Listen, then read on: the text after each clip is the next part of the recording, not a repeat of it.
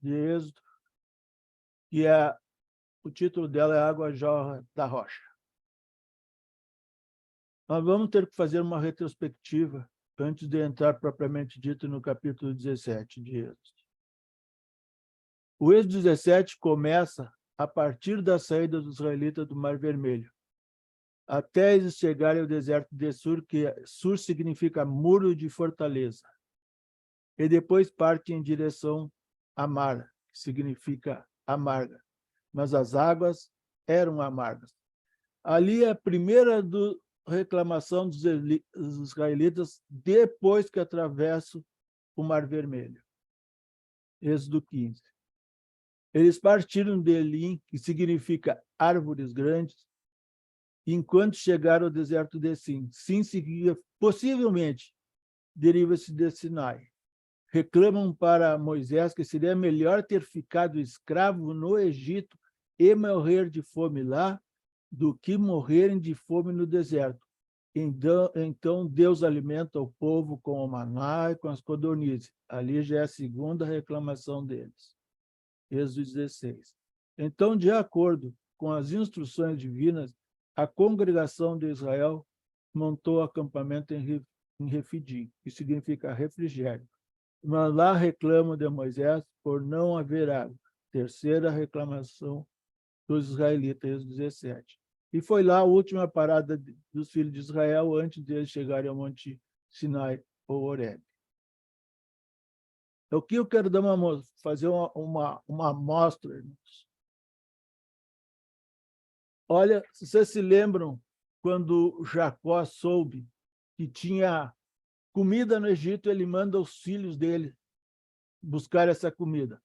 Eles saem aqui de Canaã e vão até o Egito.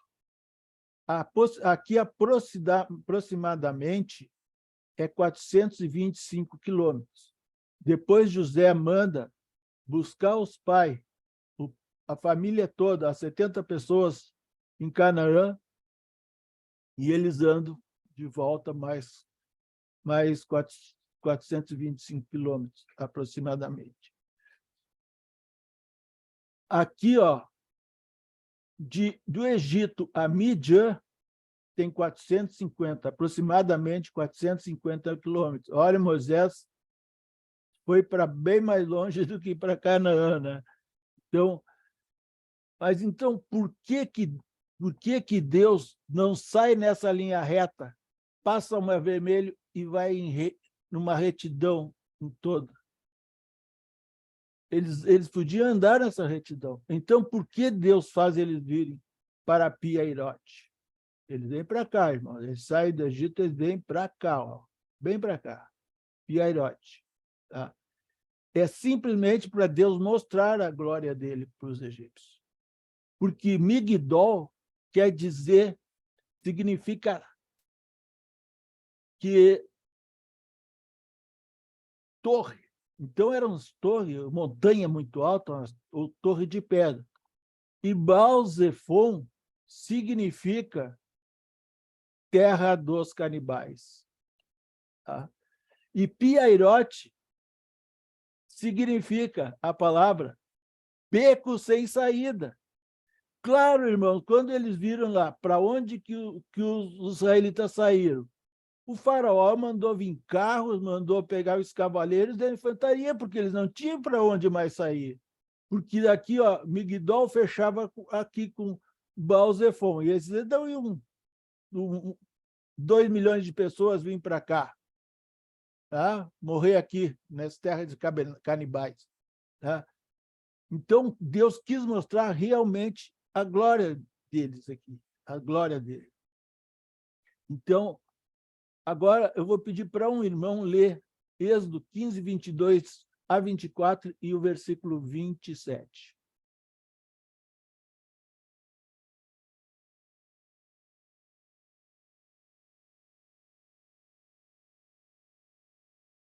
Qualquer um, quando eu falo irmão, eu estou me referindo às mulheres também, tá, gente? Até o 27. Êxodo 15, 22 a 24 e versículo 27. Aí Moisés levou o povo de Israel do Mar Vermelho para o deserto de Sur. Eles caminharam 3 dias no deserto e não acharam água.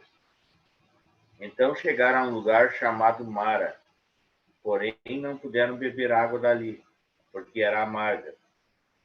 Por isso aquele lugar era chamado de Mara. O povo reclamou com Moisés e perguntou: o que vamos beber? Então Moisés, em voz alta, pediu socorro a Deus, o Senhor, e o Senhor lhe mostrou um pedaço de madeira.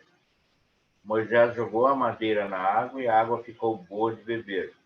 Foi nesse lugar que o Senhor Deus deu leis aos israelitas e pôs à prova.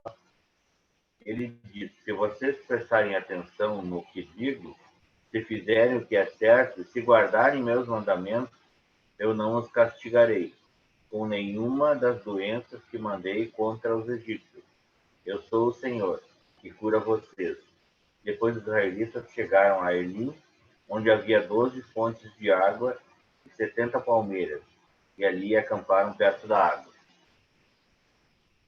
Então, eles saem daqui, atravessam o Mar Vermelho e vão ali para o deserto de Sur. Do deserto de Sur, eu botei essas setas diferenciadas, as azuis, principalmente para mostrar que ali eles reclamam de água. Tudo bem que aqui em Mara eram amargas as águas, tá? Mas eles reclamam mesmo assim, mesmo vendo aquele poder de Deus fazendo passar no Egito, aquela primeira e última vez que a nuvem se transforma em escura de um lado para brecar a vinda dos egípcios, para eles segurarem a vinda deles, e clarear a nuvem, ao mesmo tempo faz as duas coisas. Ela escurece para os egípcios não e clareia do outro lado, para os israelitas passarem. Tá?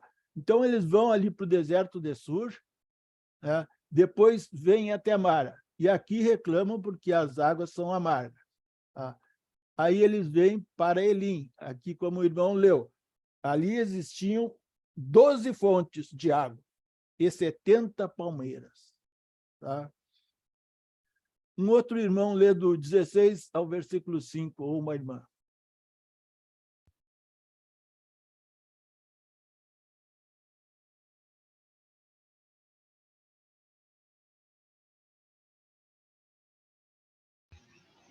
Posso continuar lendo aqui, 16 até o 5, Oh, né? por favor. O Maná e as codornas.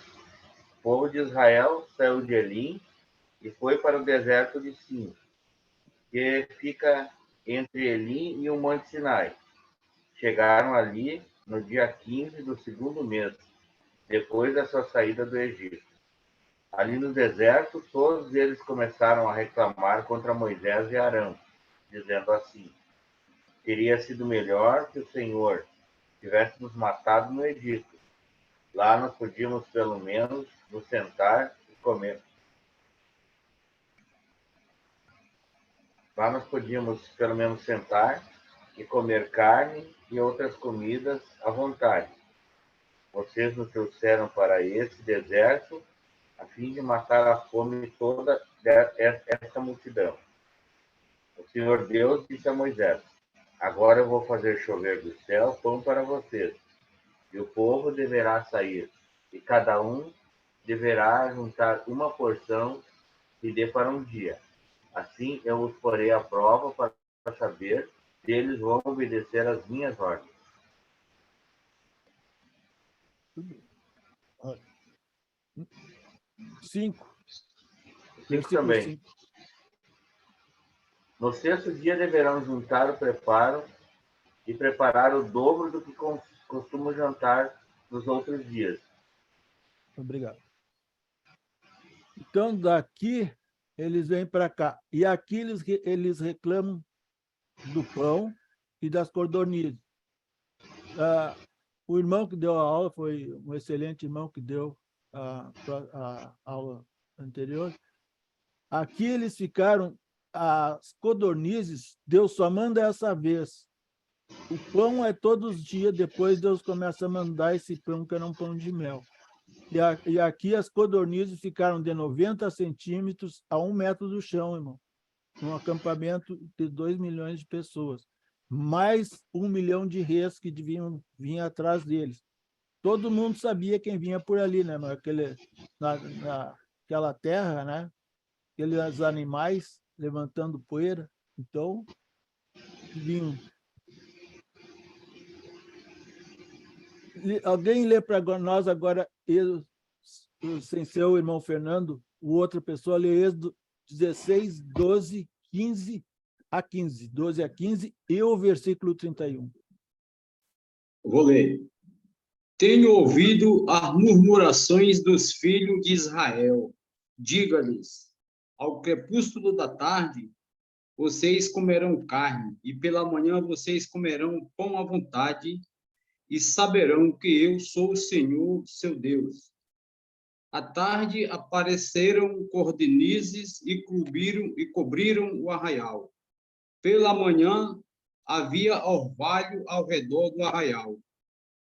E quando o orvalho que havia caído se evaporou na superfície do deserto, restava uma coisa fina e semelhante a escamas, fina como a geada sobre a terra. Quando os filhos de Israel viram aquilo, perguntaram uns aos outros: que é isso? Pois não sabiam o que era. Moisés respondeu: isso é o pão que o Senhor dá a vocês para comerem. Isto é o que o Senhor ordenou, que cada um recolha o que se consegue comer, 2 litros por cabeça, segundo o número das pessoas. Cada um pegará para todos os que vivem em sua tenda. Versículo 31 agora, irmão. A casa de Israel deu àquele alimento o nome de maná. Ele era como semente de coentro, branco e com gosto de bolo de mel. Obrigado. Então, aqui eles recebem, e aí vamos para outro irmão ler Números 33, 12 a 14.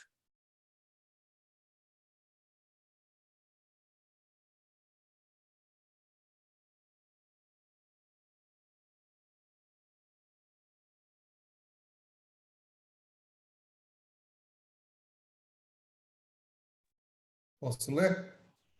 Uhum. Número 33, versículo 12. Partiram do deserto de Sim e acamparam em Dofca. Partiram de Dofca e acamparam em Alus. Partiram de Alus e acamparam em Refidim, onde não havia água para o povo beber. Obrigado. Aqui vem para Dófica, para a Luz, depois vem para Refidim, onde eles reclamam de água novamente, né, irmão? Mas no texto que nós vamos ler, que não altera para nós, né, irmão? Não altera. É que eles saem do Sinai, eles já acampam lá, nós vamos ler, começar lendo assim, no capítulo 17, que eles saem de Sinai e vão sair direto para Refidim, né? Mas isso não altera. Como eu li o texto aqui, porque essa estavam. Então vamos ver agora. E aqui é outra reclamação da água. Olha só, irmãos. Deus tinha que perder a paciência. Não tinha como. E Moisés também. Mas eu acho que foi tudo ali. Deus já fez Moisés. Porque aqui em Mara, olha só, Deus transforma a água amarga em doce. Aqui em Refidim, vai jorrar a água da rocha. Lá em Meribá, desculpe estar entrando no lugar, no outro assunto de outro irmão, Deus vai dizer, fala a rocha. Tá? Então, olhem, 2 coisas, tudo. Deus faz a água, né, se transformar em boa, dá codornizes, dá o alimento, o pão com mel para eles todos os dias, faz jorrar água da rocha. E não bastou isso tudo, irmão.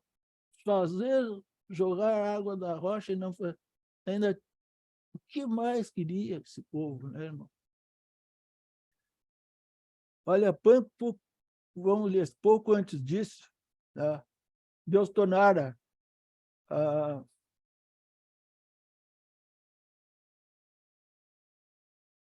Moisés tornara doce as águas de Mara. Êxodo 15, 25. E aqui em Refidim faz jorrar a água da rocha. Posteriormente, ele opera um milagre semelhante em Meribá, em Números 20, versículo 1 a 13. Entretanto, nesses casos, deu modo desagradável a Deus, e Deus repreende Moisés e Arão, e deixa claro para eles que eles não entrarão na terra prometida.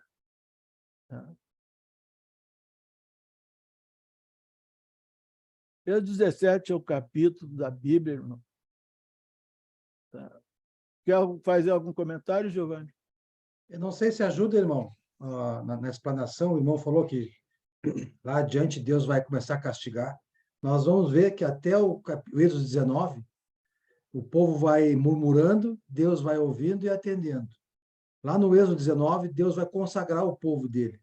Como ele fez uma promessa a Moisés, lá no Monte Sinai, na sarça, tu vai tirar o meu povo do Egito, vai trazer o povo aqui, e aqui tu vai prestar culto a mim, que é no Êxodo 19. Vai ter todo aquele prestação de culto, Deus vai chamar Moisés, vai lá no povo e pergunta se eles querem ser meu povo, obedecer meus mandamentos, dá um monte de regras. Moisés desce, fala com o povo aceita, Moisés volta, olha, o povo aceitou ser teu povo. Então tá, então purifica o meu povo, manda direitinho o que tem que fazer, e a partir dessa purificação, ele não vai mais aceitar murmuração. Até aqui, Deus está aceitando, porque ainda não consagrou o povo como dele. Lá vai ter uma aliança, e tu já falou de um castigo a Moisés e Arão, porque não obedeceram a ordem de Deus. Tem mais castigos das murmurações. Ali, né, Giovanni, nós não chegamos no Monte Sinai que eles vão receber os mandamentos, né? Então, a partir dali é que eles vão ter que obedecer, né? Então, Êxodo 17 é o capítulo da Bíblia que registra as maravilhas que Deus realizou em Refidim. O estudo bíblico de Êxodo 17 relata como Deus fez sair água da rocha para saciar a sede dos filhos de Israel, bem como a grande vitória que o Senhor concedeu ao seu povo contra os amalequitas. Então, vamos organizar o Êxodo 17 da seguinte forma. E a primeira parte, vamos deixar na contenda dos israelitas com Deus em Refidim. Segunda parte, Deus faz jorrar a água da rocha em Refidim. E na terceira parte, o assunto muda totalmente. A vitória dos israelitas contra a Malequita. Êxodo 17, 8 a 16. Então, a primeira contenda de Deus com Deus em Refidim. Primeira parte. Toda a comunidade de Israel partiu no deserto de Sim, andando de um lugar para outro, conforme a ordem do Senhor. Acamparam em Refidim, mas lá não havia água para beber. Por essa razão, queixaram-se de Moisés e exigiram: dê-nos águas para beber. Ele respondeu: por que se queixam a mim? Por que põe o Senhor à prova? Mas o povo estava sedento e reclamou a Moisés: por que vocês nos tirou do Egito? Foi para matar de sede a nós, aos nossos filhos e aos nossos rebanhos? A Bíblia diz que no deserto de Sim, os israelitas andavam de um lugar para outro conforme a ordem do Senhor. Como assim andavam de um lugar para outro? Deus vinha dando uma ordem por onde passavam? Não. Deus vinha fazendo os israelitas desviarem das guarnições egípcias, desde a saída do Egito. Porque ali, irmãos, os egípcios estavam todos locais. Tinha a Filístia lá na frente, irmãos. Até lá, eles tinham guarnição, os egípcios tinham guarnição. Então, o que Deus fez? Deus veio desviando eles para a luta, enfrentarem a luta mais tarde. Então, os israelitas seguiam a nuvem, essa era a ordem, seguir essa nuvem por onde quer que ela fosse, seja de dia ou seja de noite. E é assim que devemos compreender esse versículo.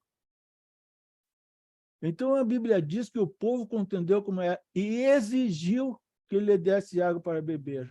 Versículo 17, 2.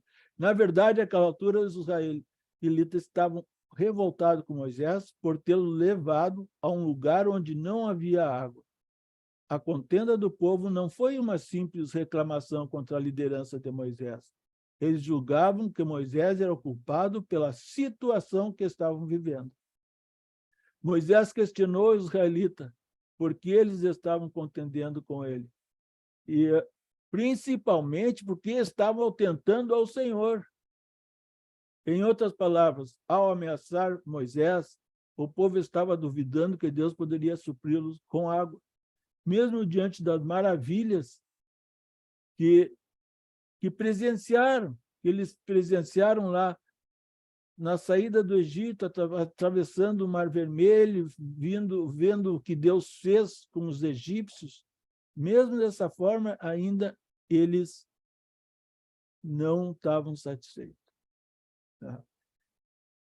É a mesma coisa que hoje, irmãos.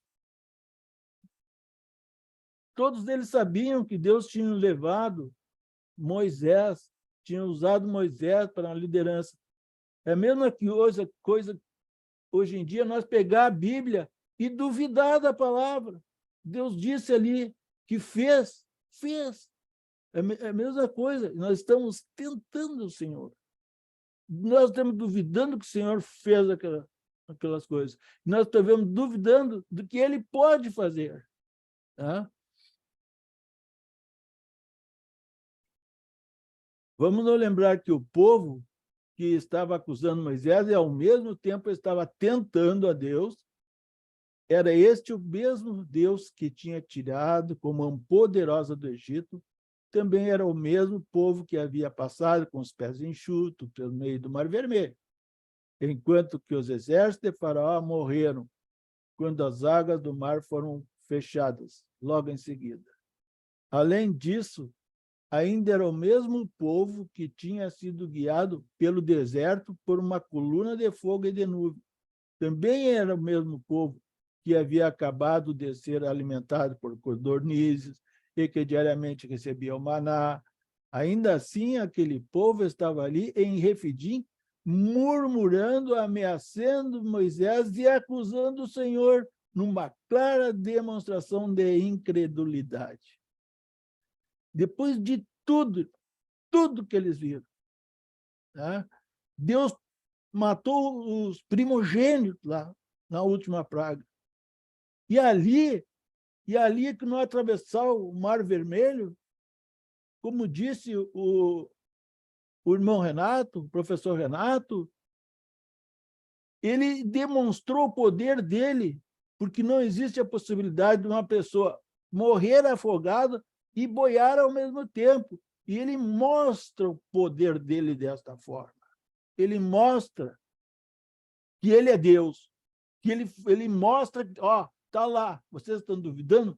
Está lá a prova que eles estão mortos. E vocês estão vivos por minha causa. Mas estava difícil. E aqui Deus faz jorrar água da segunda parte de Refidim, em Êxodo 17, 4-7. Irmãos, só quero voltar um pouquinho aqui. Algum comentário? Algum irmão tem algum comentário para fazer depois que eu fiz? Uma pergunta, tu vai falar quem é a rocha ou mais à frente ou eu espero daí? Não, lá a rocha, Giovanni, a rocha, nós devemos falar essa rocha, ela não simboliza Cristo. A rocha que vai simbolizar Cristo foi aquela lá em Meribá.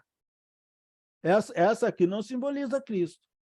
Aquela lá vai simbolizar, porque aquela Deus manda Moisés falar a rocha e ele bate.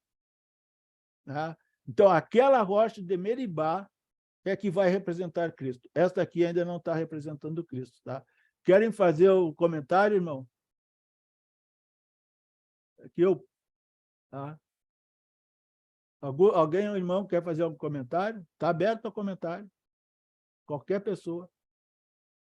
Irmão, Eu tinha entendido, Sérgio, eu tinha entendido até então, depois nós vamos ver de Meribá lá, a teimosia de Moisés, que conforme 1 Coríntios 10, 1-4, porque não quero, irmãos, que vocês ignorem o fato de que todos os nossos antepassados estiveram sob a nuvem e todos passaram pelo mar. Esse povo aí. Em Moisés, todos eles foram batizados na nuvem e no mar, quando passaram pelo mar. Todos comeram do mesmo alimento espiritual, maná.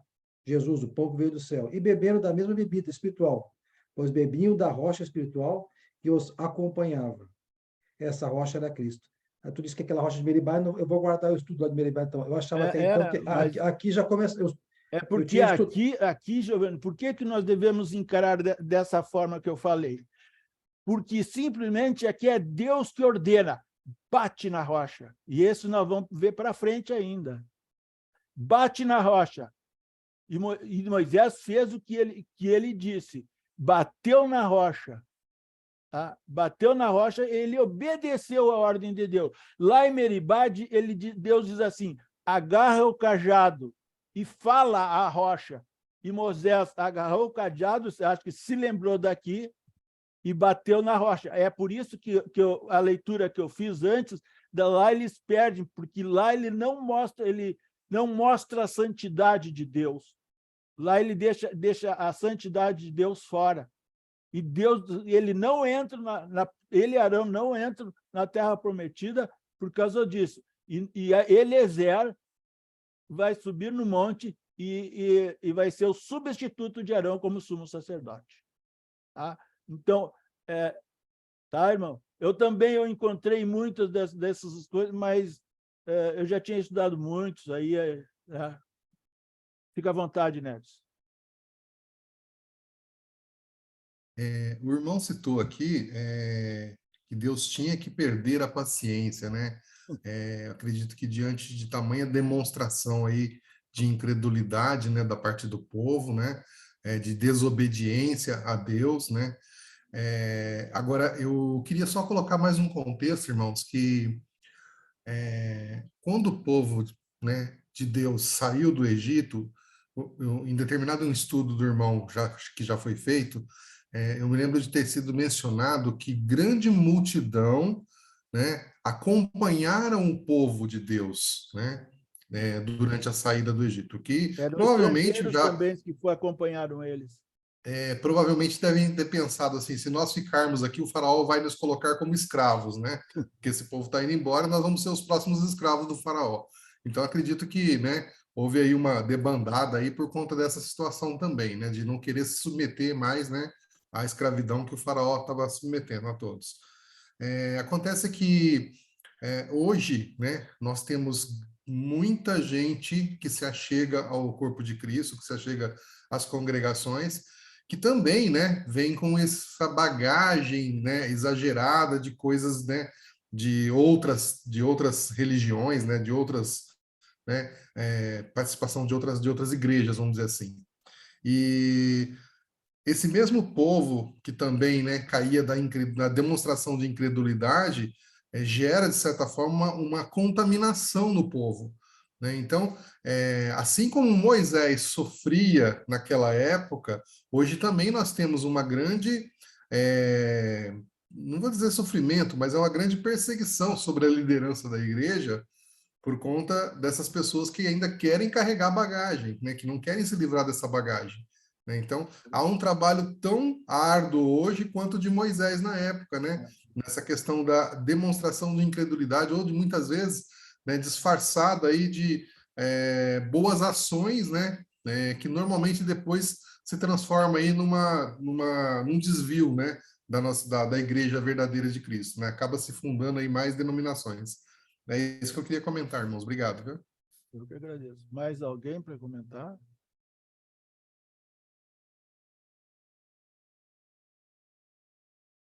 Ninguém mais? Posso seguir? Então tá, vou seguir.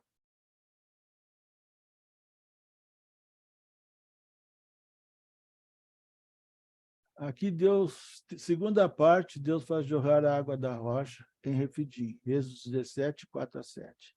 Então Moisés clamou ao Senhor: que farei com este povo? Então, estão a ponto de apedrejar. Versículo 5, respondeu-lhe o Senhor: passe à frente do povo, leve com você alguma das autoridades de Israel.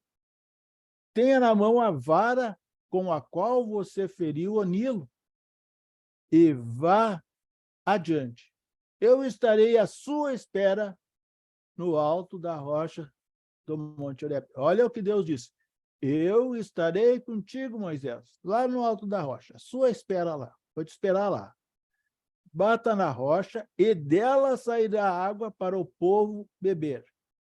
Assim fez Moisés à vista das autoridades de Israel e chamou aquele lugar de Massá e Meribá, porque ali os israelitas reclamaram e puseram o Senhor à prova, dizendo: o Senhor está entre nós ou não?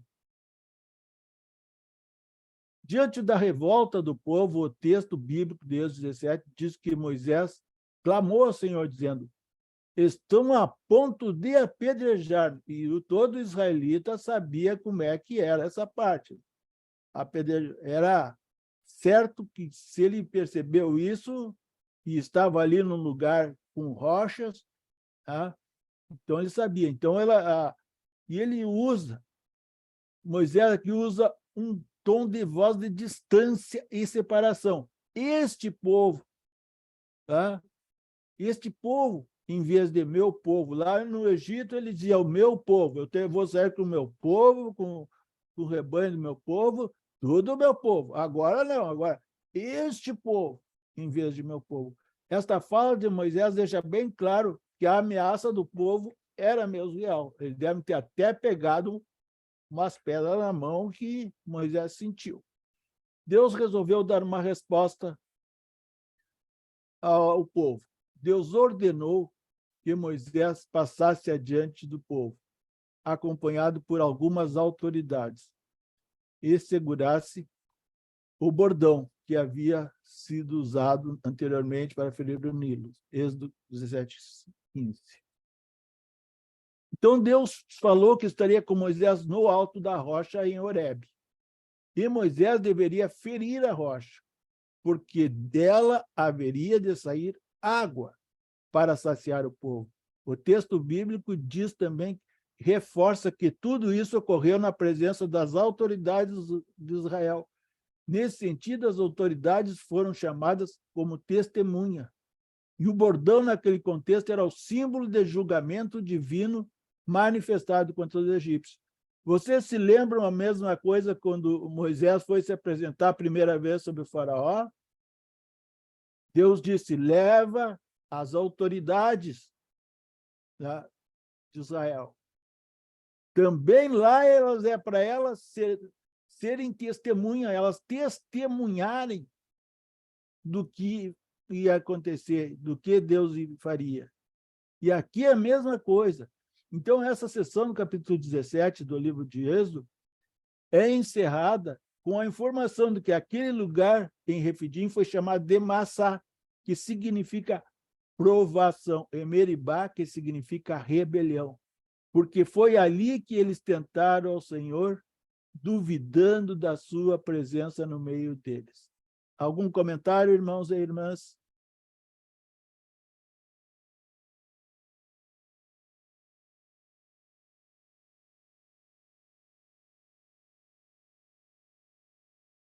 Podemos ir em frente?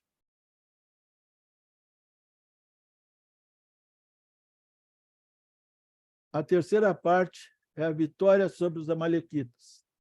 Êxodo 17, 8-16. Ou sucedeu que os amalequitas vieram a atacar os israelitas em Refidim. Então Moisés disse a Josué: escolha algum dos nossos homens e lute contra os amalequitas amanhã. Lute contra os amalequitas. Amanhã tomarei posição no alto da colina com a vara de Deus em minhas mãos. Josué foi então lutar contra os amalequitas, conforme Moisés tinha ordenado. Moisés, Arão e Hur, porém, subiram ao alto da coluna. Enquanto Moisés mantinha as mãos erguidas, os israelitas venciam. Quando, porém, as abaixava, os amalequitas venciam.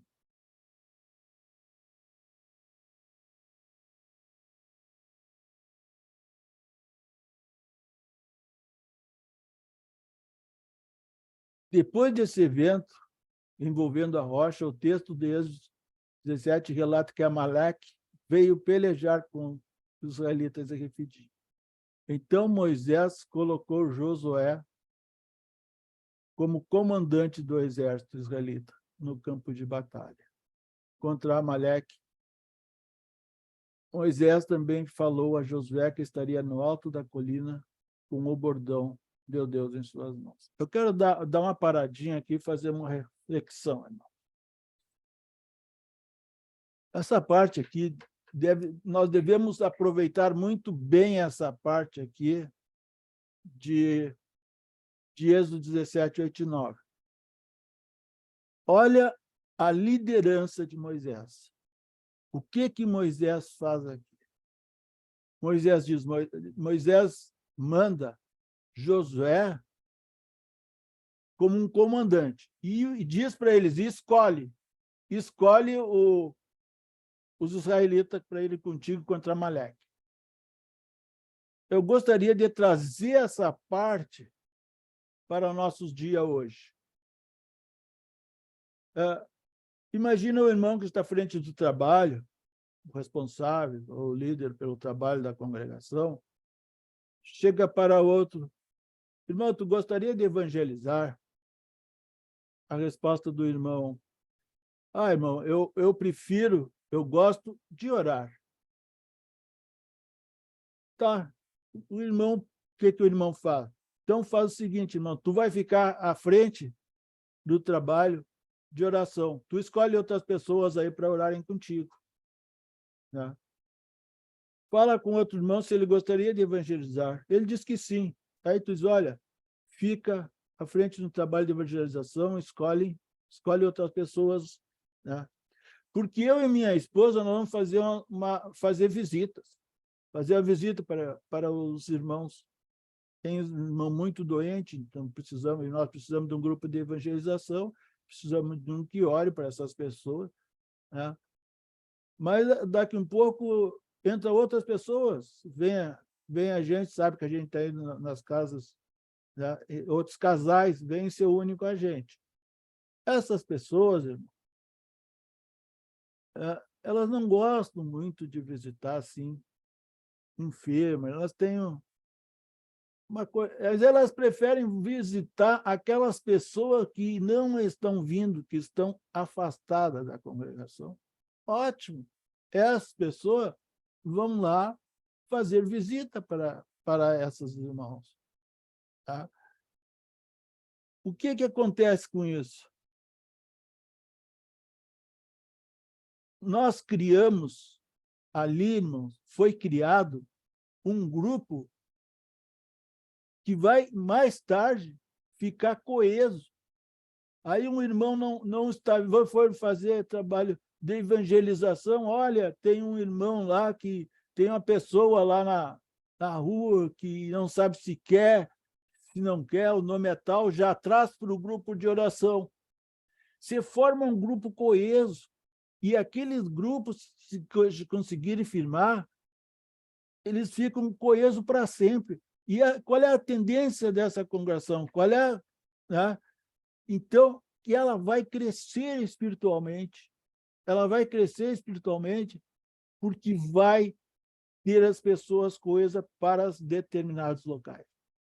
Gosto de evangelizar, fala com o irmão que está à frente, ó, é o Beltrano, o irmão que está à frente do trabalho de evangelismo, é o irmão que está à frente do trabalho de cooperação, o irmão que está à frente do trabalho de visitação. Ah, mas agora já criou dois, eu criou uma visitação para doentes e já tem outra vez para os que não estão vindo. Às vezes, faltou um domingo, tem o grupo aquele que vai lá visitar o irmão.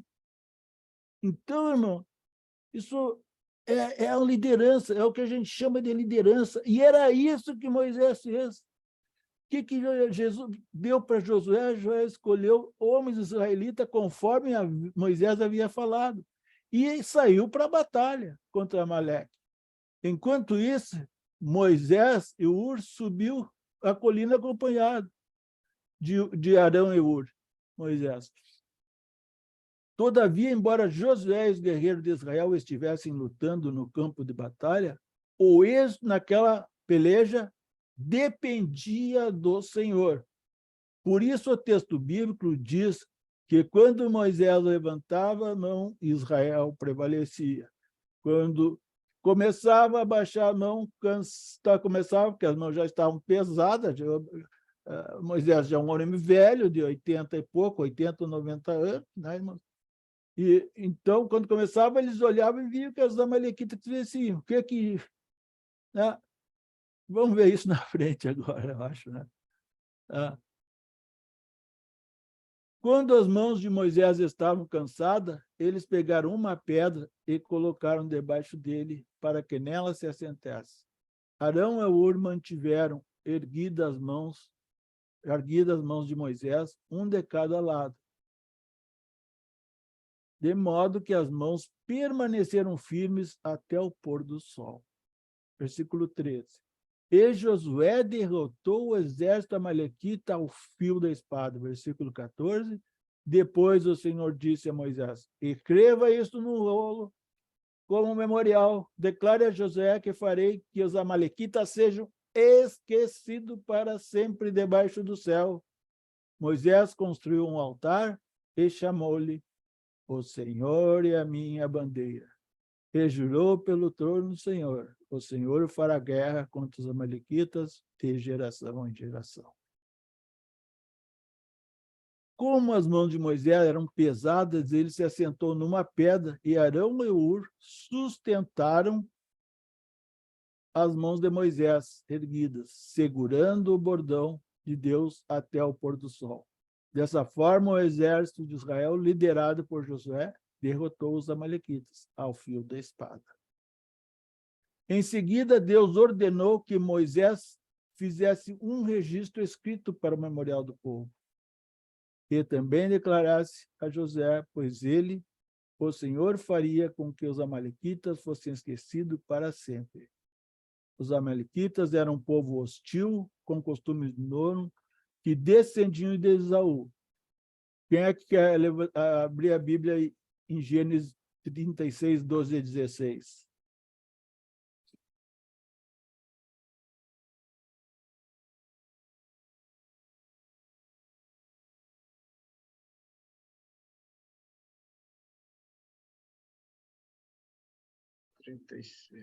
Lê.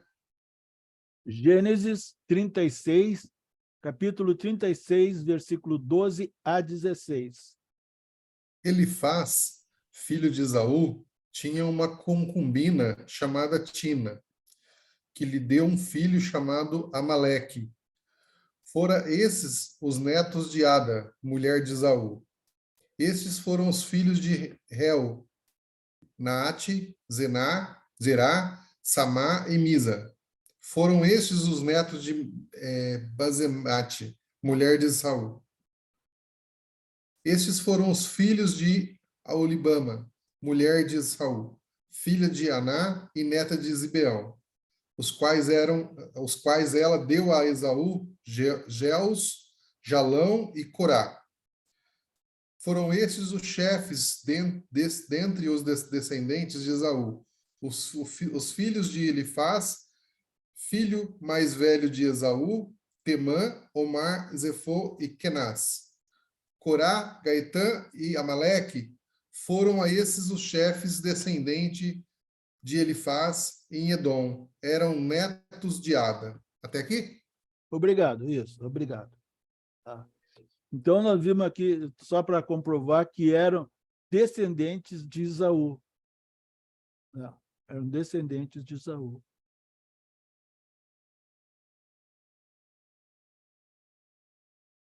A batalha contra Amaleque, de 8 a 15, é a primeira tentativa fora do Egito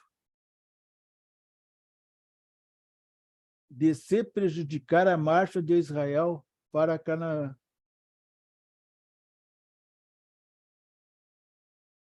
Por essa razão, Deus ordenou que os amalequitas fossem exterminados. Quem é que vai abrir para nós em Deuteronômio 25, 17 a 19?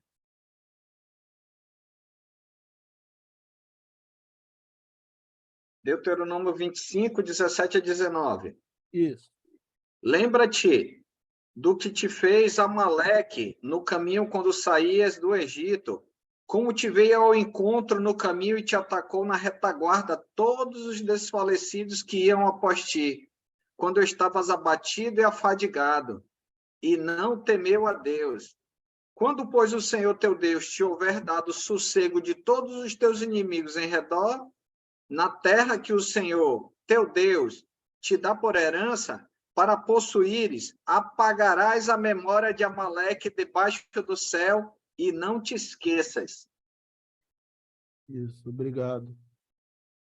Então, nós vimos que essa promessa de aniquilação contra os amalequitas foi cumprida séculos depois, durante o reinado do rei Ezequias.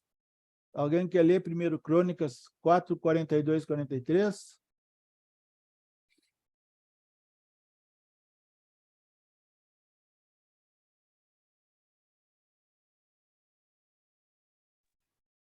Vou ler isso, Sérgio.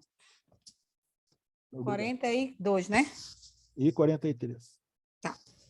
Também deles, dos filhos de Simeão, 500 homens foram ao monte Seir, tendo por capitães a Pelatias, Nearias, Refaías, Uziel, filho de Ize.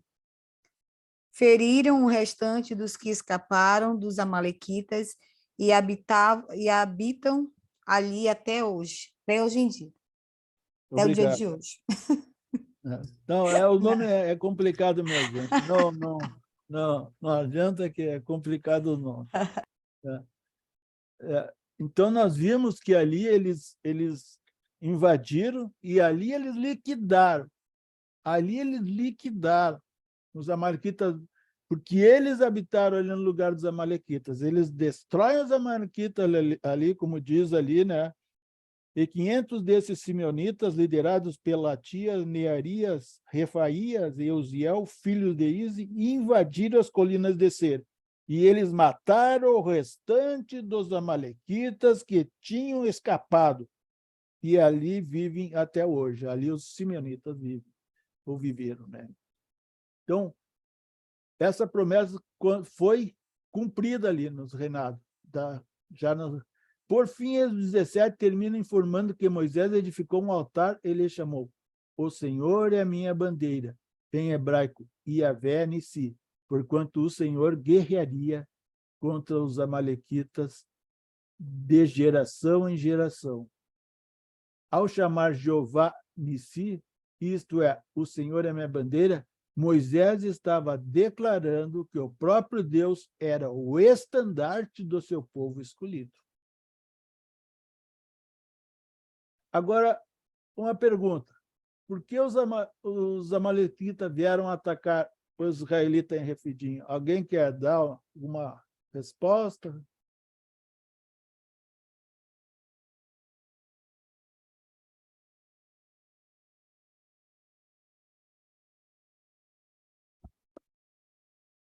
Por causa da ausência de água.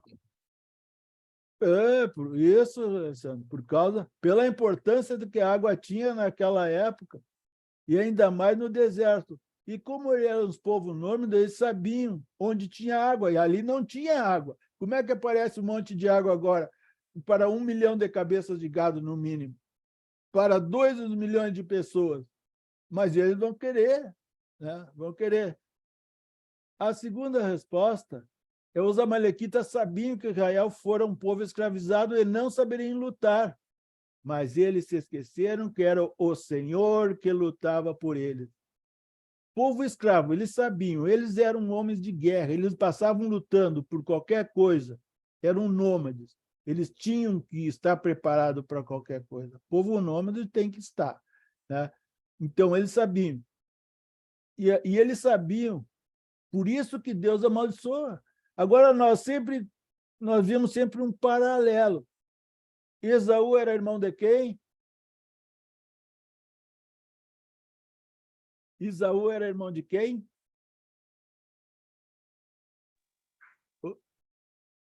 De Jacó, né, irmãos? Esaú não era irmão de Jacó? Agora, Esaú não era irmão de Jacó, irmão Alessandro? Era assim, irmão de Jacó. Né? Então, nós vemos sempre um paralelo. Né? Então, nós vimos que sempre um parece que estava em guerra com o outro. Sempre um estava. Nós vimos que aqui Jacó, ou Israel, que agora ele já tinha mudado o nome, né? Já tinha mudado.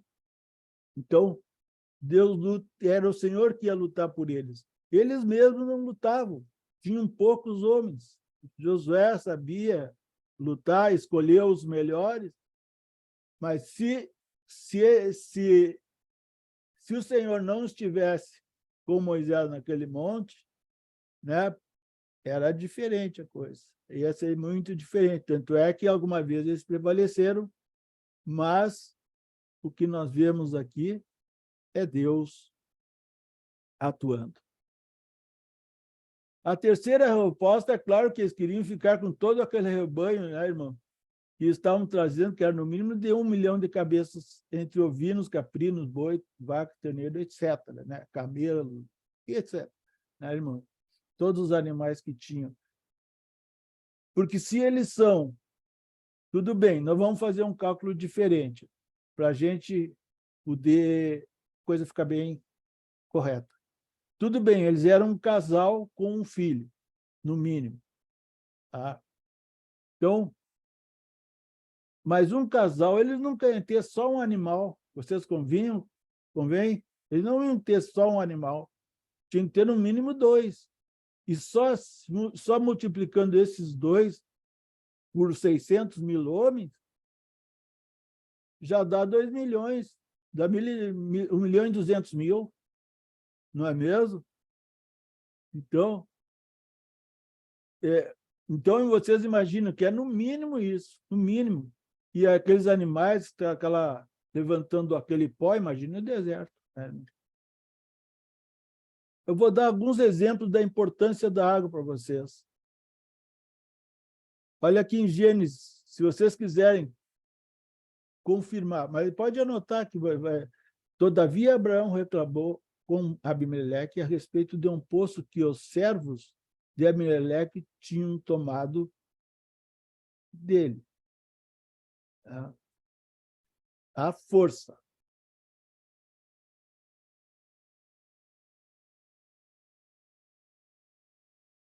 Olha lá em Gênesis, a importância do homem, vocês veem aqui. Lá, quando o Êxodo, olha lá, Gênesis 26, 19 e 20. Os servos de Isaac cavaram no vale e descobriram um veio d'água. Mas os pastores de Gerar discutiram com os pastores de Isaac, dizendo: a água é nossa. Por isso Isaac deu ao poço o nome de Ezeque, porque discutiram por causa dele. Tá. Em Êxodo 2,17, alguns pastores se aproximaram e começaram a expulsá-la, a fila do Reuel. Né? Você lembra? Mas Moisés, porém, intercedeu ali e deu água para o rebanho. Em Números 20, versículo 19, os israelitas disseram: iremos pela estrada principal, se nós e os nossos rebanhos bebermos de tua água, pagaremos por ela. Queremos apenas atravessar a pé e nada mais. Edom não permite a passagem deles. Conclusão, irmão. Desde a saída do Egito até Refidim, nós vimos que os israelitas se concentraram somente nos problemas e esqueceram do poder de Deus, mesmo vendo as maravilhas que Deus fizera no Egito. A minha pergunta é a seguinte: vocês não acham que ainda hoje, muitas vezes, nós nos concentramos nos problemas e não no poder de Deus? Irmãos, quantas vezes entregamos um problema nas mãos de Deus e confiamos que Ele vai resolver nosso problema?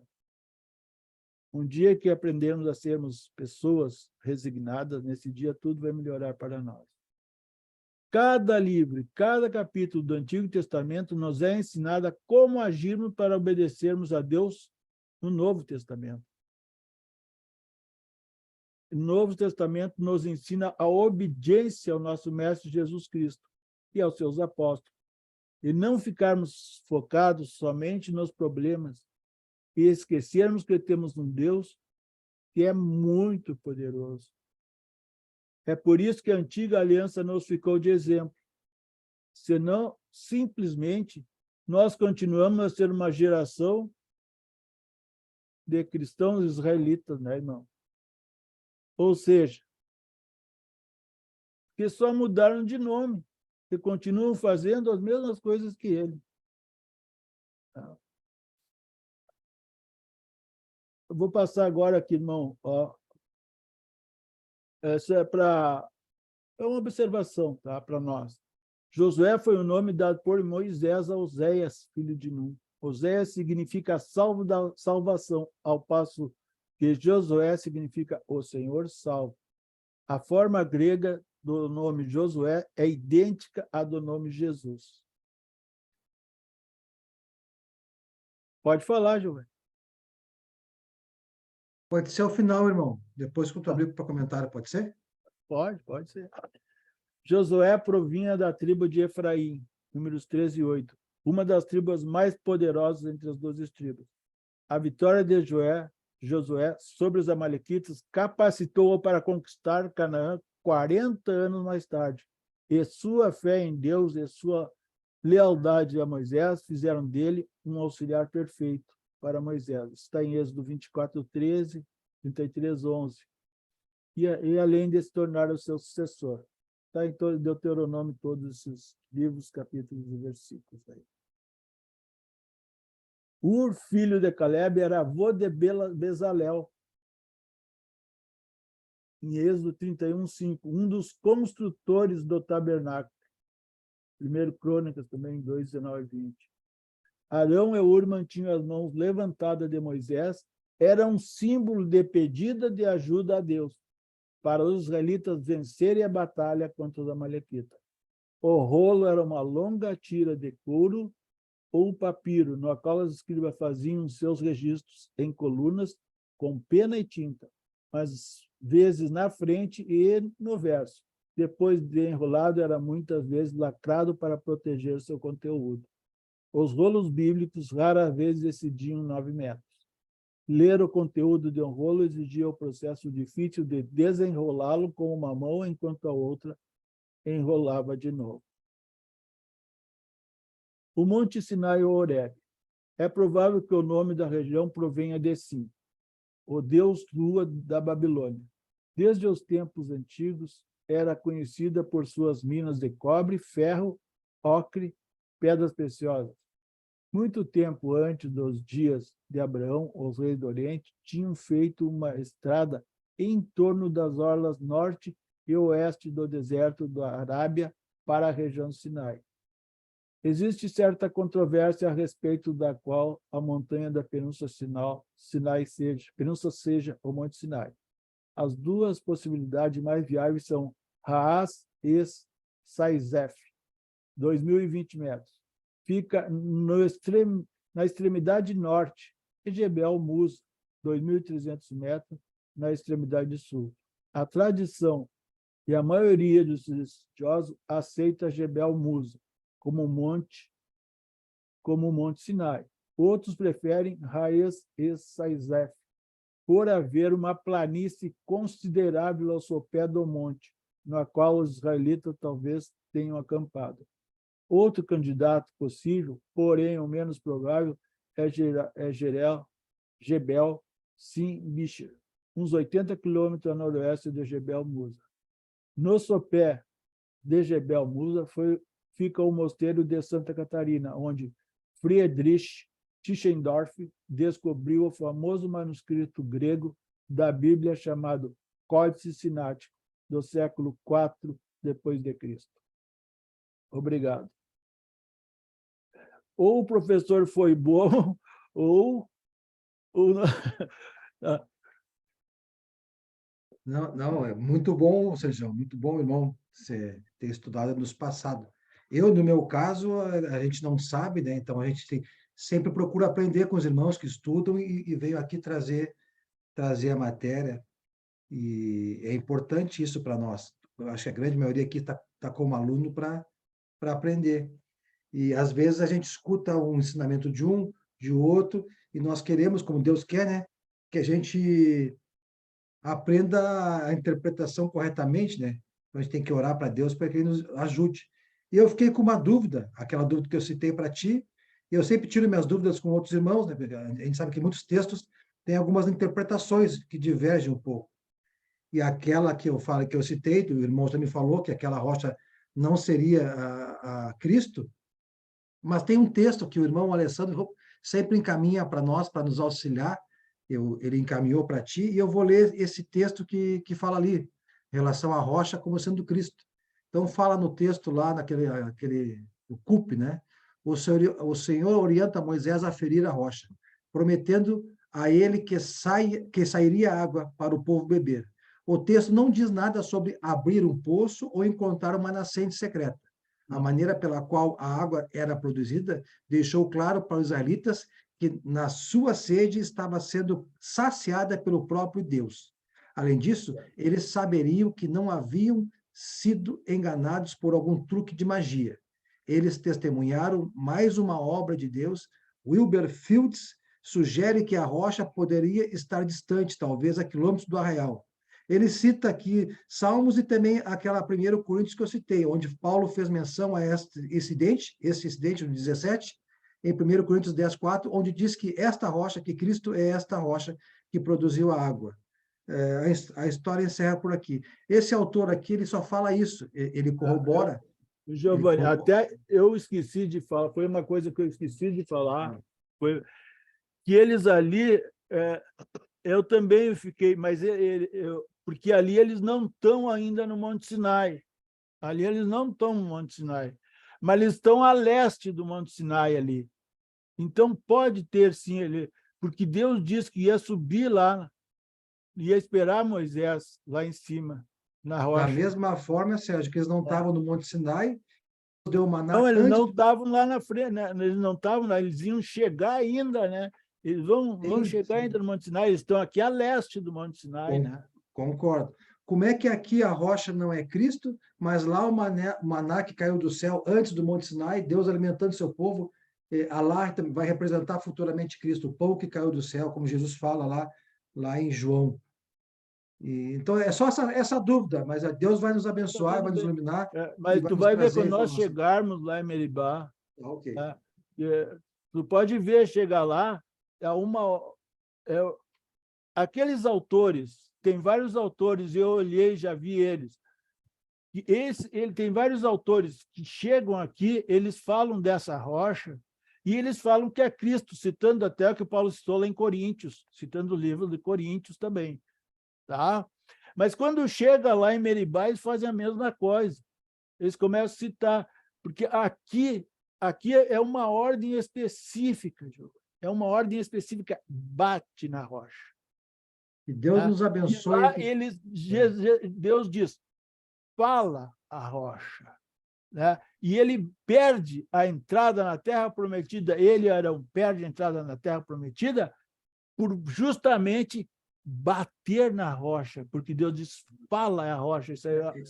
Ele perde porque... Irmão Sérgio, um ponto assim, eu até compreendo a abordagem, né, o questionamento do Giovanni, eu até concordo com o senhor, por causa lá de Meribá tem esse sentido maior, mas acho que trabalhando, seja agora, né, nesse sentido aqui, nessa primeira, como na segunda, a gente pode ver dentro do sentido que ele trabalha lá em Corinto, a providência de Deus, né? Seja a providência de Deus através do maná, da nuvem. Então, a gente pode entender no sentido geral, ela trabalhando a ideia, seja nessa pedra ou seja na outra, um dia a gente vai ter a certeza junto com Deus. O problema é a desobediência ali. Justamente. Mas eu vejo assim, lá em Corinto, ele está trabalhando a ideia da provisão de Deus.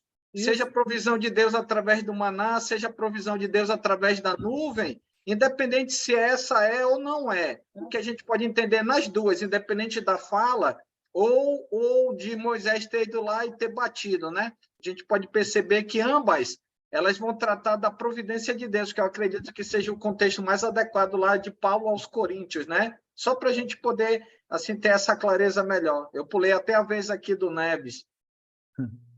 Mas só para esclarecer.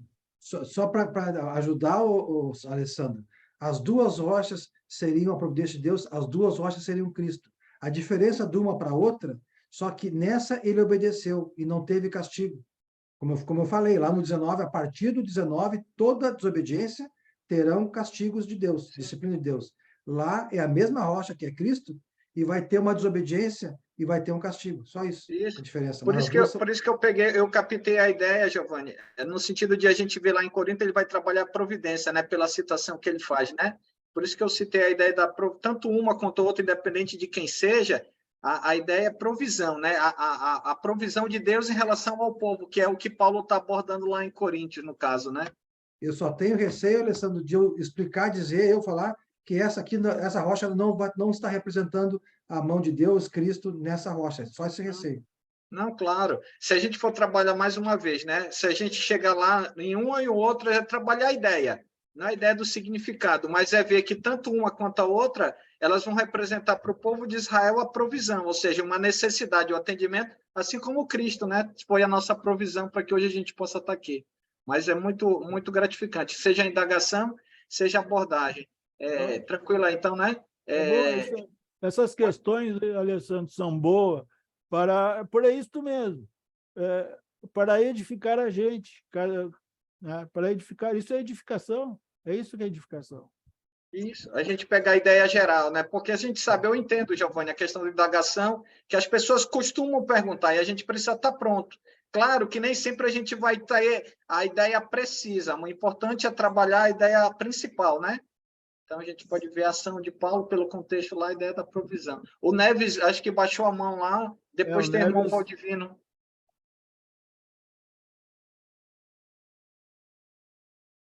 Quer falar, Neves? Pode falar, Valdivino. O Alessandro e o Giovanni já esclareceu minha dúvida. Tranquilo, graças a Deus. Ótimo.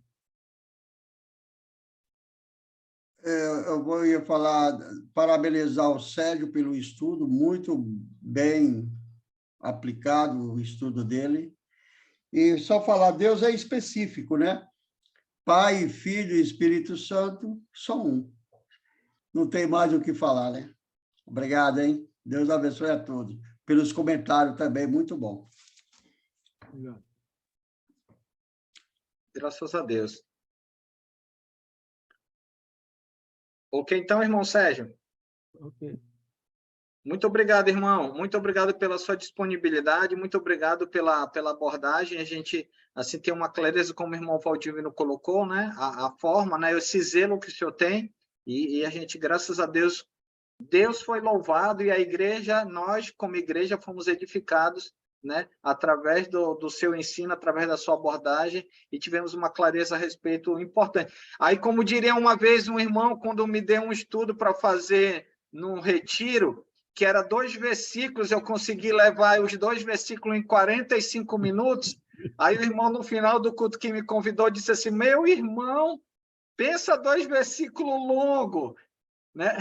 Aí a mesma coisa o senhor abordou nesses 16 versículos, né? Conseguiu, dentro da abordagem, no início, quando o senhor trouxe uma recapitulação para a gente poder entender esse contexto, e aí na abordagem que o senhor fez de uma maneira bem gratificante, no sentido que Deus e nós mesmos podemos entender, claro, o senhor conduziu, né? E a gente assim, pode ver que o Senhor fez o melhor. E nós somos gratos ao Senhor pela sua disponibilidade, irmão. Que Deus possa continuar lhe abençoando, lhe dando sabedoria, e que nós possamos estar sempre à disposição para poder realmente, no domingo, como o Barbosa costuma dizer, né? No domingo à noite, reunidos, né? Temos aqui 27 pessoas, né? 23 pessoas agora, mas tivemos no decorrer 27 pessoas realmente dispostos a ouvir e sermos edificados pela palavra do Senhor. Passar para o Barbosa, para ele nos conduzir com a oração final, então. Agradecer aos irmãos, boa noite, e graças a Deus pela oportunidade que temos tido nesse domingo. Vamos lá, meu irmão. Obrigado, meu irmão.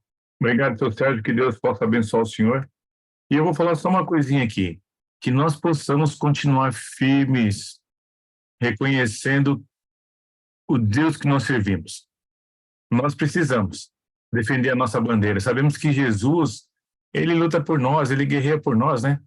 E aí, como o seu Sérgio falou de equipe, seu Sérgio, eu sempre falo, quando eu vou escolher uma equipe, nós precisamos capacitar os nossos irmãos para que a gente possa ter uma equipe forte, para que o irmão possa fazer visitação, para que o irmão possa visitar o doente, que ele possa orar. E a gente está aqui. Se eu montasse, se todo mundo morasse junto aqui, olha que equipe maravilhosa que a gente ia ter, de homens e mulheres fiéis aqui. Olha só, é o que nós precisamos, né? Então, assim, que Deus continue te abençoando. Obrigado pela mensagem. Vamos orar? Agradecemos. Senhor Deus, obrigado, ó Pai, pela tua soberania, pelo teu poder, pelo teu amor, ó Pai. Sabemos que não há outro além de ti, ó Pai. Queremos render graça porque o Senhor é bom. Sabemos, ó Pai, que o Senhor é soberano e não há outro além do Senhor, ó Pai. Nosso Senhor, obrigado por esse privilégio, ó Pai. Nessa noite, ó Pai, estamos juntos, unidos num só propósito de honrar e glorificar o Senhor. Obrigado, ó Pai, pelas tuas escrituras que o Senhor deixou para nós, para que possamos meditar a cada dia, Senhor, e ver, Senhor, os exemplos que o Senhor deixou, para que a gente possa, Pai, prosseguir, ó Pai, para o rumo celestial. Mas, Senhor, peço, ó Pai, que o Senhor nos capacite a cada dia, nos dê sabedoria e discernimento que vem do alto, ó Pai. Tira, Senhor, o nosso eu, tira tudo aquilo que atrapalha a gente buscar o Senhor em espírito e em verdade, ó Pai. Obrigado, Senhor, por esses homens, por essas mulheres valorosas, ó Pai, qual tem orado, Senhor, tem clamado a Ti, ó Pai, para que a Tua igreja possa permanecer, Senhor. Ó Senhor, colocamos em Tuas mãos, ó Pai, a cada irmão aqui, Senhor Deus. Tu conhece cada coração, Tu sabes as necessidades, ó Pai. E o Senhor, ó Pai, é um Deus da cura, um Deus que transforma, que restaura vidas, ó Pai. Nós colocamos em Tuas mãos, ó Pai, as nossas vidas. Obrigado, Senhor, pela vida do nosso irmão Davi, ó Pai, que está conosco. Tu sabes, ó Pai, o quanto ele está passando. Mas nós também, ó Pai, como os filhos do Senhor, clamamos a Ti, ó Pai, Tu faça a Tua vontade. A nossa irmã Doeres, ó Pai. Ó Senhor, nossa irmã Giane. Ó Deus amado. O nosso irmão Rubens. Ó, nosso irmão José Gracino, Senhor. São tantos irmãos, ó Pai. Nosso irmão Norton. Ó, Papai. Colocamos, ó Pai, nossas vidas em Suas mãos. Queremos, ó Pai, ser servos fiéis ao Senhor, que possamos sempre honrar e glorificar a Ti, ó Pai. Porque, ó Pai, em Ti nós confiamos. Em Ti nós temos a esperança, ó Pai, de um dia, ó Pai, se nós permanecemos até o final, de receber a coroa, Senhor, de estarmos juntos ao lar celestial, para que possamos receber o nosso galardão nos céus, ó Pai. Sabemos que somos forasteiros, ó Pai, mas nós queremos, ó Pai, sempre reconhecer o Senhor em nossas vidas. Obrigado, Senhor, por essa noite. Obrigado, Pai, pela Tua palavra. E que nós possamos ter uma semana, Senhor, abençoada. Já começamos hoje, ó Pai, pelo primeiro dia de participarmos da ceia do Senhor, da oferta, da mensagem, Senhor. Que nós possamos encorajar uns aos outros, ó Pai. Que nós possamos amar uns aos outros. Que nós possamos, ó Pai, ter uma igreja forte, ó Pai. Não ser melhores que as pessoas lá fora, mas nós possamos, ó Pai, cada dia buscar no Senhor essa esperança. Obrigado, ó Pai, pelos ensinos. Obrigado, ó Pai, pela Tua bondade, pelo Teu imenso amor, ó Pai. Em nome do Teu Filho amado Jesus, é que oramos e agradecemos. Amém. Amém. Amém. Glória a Deus. Amém. Boa noite. Olá, PC. Boa noite. Boa noite, Dani. Boa noite. Boa noite. Beijo, minha Boa irmã. noite, Boa Renato noite. Ju. Boa noite, Boa noite Ju. abençoada. Obrigada, irmão Sejão. Boa noite, Giovanni. Renato, Davi. Nivaldo, Cláudia bom dia, Maria, boa noite, Nivaldo. Cláudia Maria. Nica, cadê o Luiz, Nica? Tá lá na casa dele. Não vi hoje, não. Rubem, Rubem. Aí, irmã Ju. O Aníbal tá falando Boa noite. Barbosa, meu irmão. Boa Obrigado para noite. todos. Deus abençoe a todos. Amém. Paz. Boa noite, Ju. Um abraço em todos. Boa noite, Renato. E aí, Fernandinha, tudo bom, Fernando? Boa noite.